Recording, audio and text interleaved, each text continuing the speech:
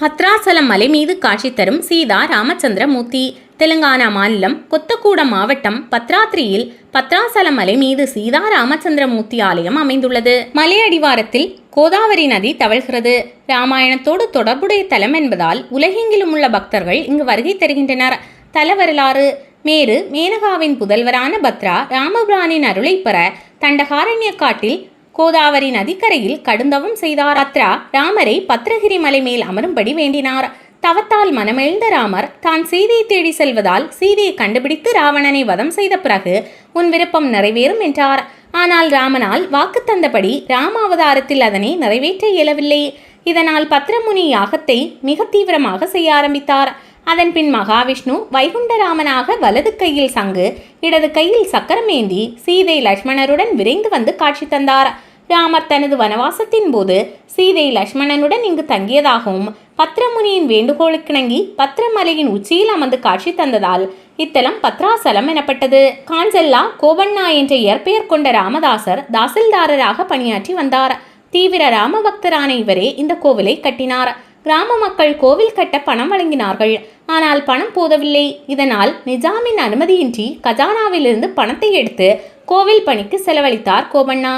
இந்த செய்தி அறிந்த நிஜாம் கோபம் கொண்டு அவரை சிறையில் அடைத்து விட்டார். கோபண்ணா மனம் தளராமல் ராமபிரானை பிரார்த்தனை செய்தார். நிஜாம் ஆலய பொறுப்பை ஏற்றார். தனது பக்தனுக்காக ராமோஜி லட்சுமணாஜி என்ற பெயரில் உருமாறி வந்த ராமலட்சுமணர் கோபண்ணாவின் விடுதலைக்காக 6 லட்சம் மோகராக்களை நிஜாமிடம் கட்டினார்கள்.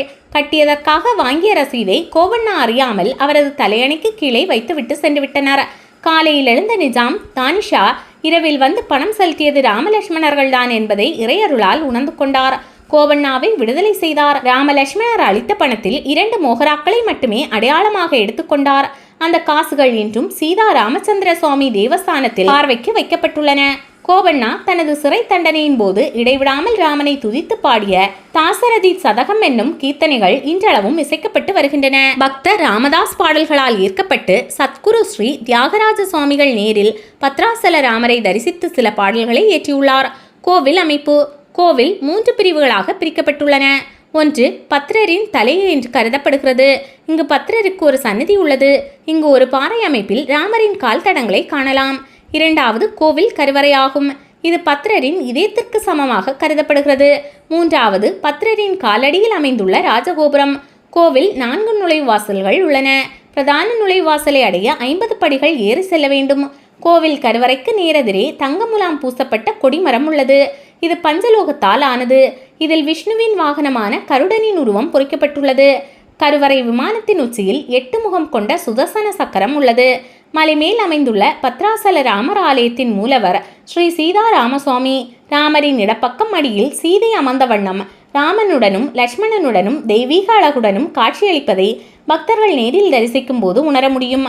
மண்டபத்தின் 4 தூண்களிலும் அஷ்டலட்சுமி 18 வித தோற்றங்களில் சிவன் தசாவதாரம் மற்றும் 12 ஆழ்வார்கள் சிலா வடிவங்களை காணலாம். கற்பக்கிரகத்தின் மேல் 3 அடுக்கு விமானம், அதன் மறுபுக்கம் மகாவிஷ்ணுவின் 48 வித தோற்றங்கள், கருடன், சிம்மம், சோமஸ்கந்தர், தட்சிணாமூர்த்தி ஆகியோரின் அழகிய சிலைகளை காணலாம்.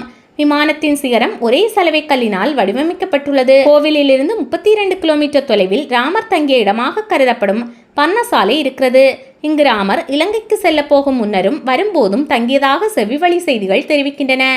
ஆண்டுதோறும் ஸ்ரீ ராமநவமி உற்சவம் மிக சிறப்பாக கொண்டாடப்படுகிறது.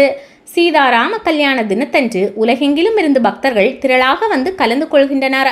பக்த ராமதாசர் சிறந்த பாடகர் என்பதால் வாக்கியக்காரர் உற்சவம் மிகவும் சிறப்பாக கொண்டாடப்படுகிறது. வைகுண்ட ஏகாதசி, தெப்போற்சவம், தசாவதார உற்சவம், அத்தியாயன உற்சவம் என பல உற்சவங்கள் இங்கு மிக சிறப்பாக கொண்டாடப்படுகின்றன. அமைவிடம் ஹைதராபாத்திலிருந்து கிழக்கே 325 கிலோமீட்டர் தூரத்திலும் கம்பம் நகரத்திலிருந்து 120 கிலோமீட்டர் தூரத்திலும் பத்ராசலம் அமைந்துள்ளது. நம்மம் சாலையிலிருந்து பத்ராசலம் செல்ல ரயில் வசதி உண்டு.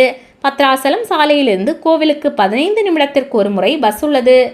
ராம பக்தர் ராமதாசர் 17ஆம் நூற்றாண்டில் வாழ்ந்த போகலா தம்ம என்ற ராம பக்தை பத்ரரெட்டி பாலம் என்னுமிடத்தில் வாழ்ந்து வந்தாள்.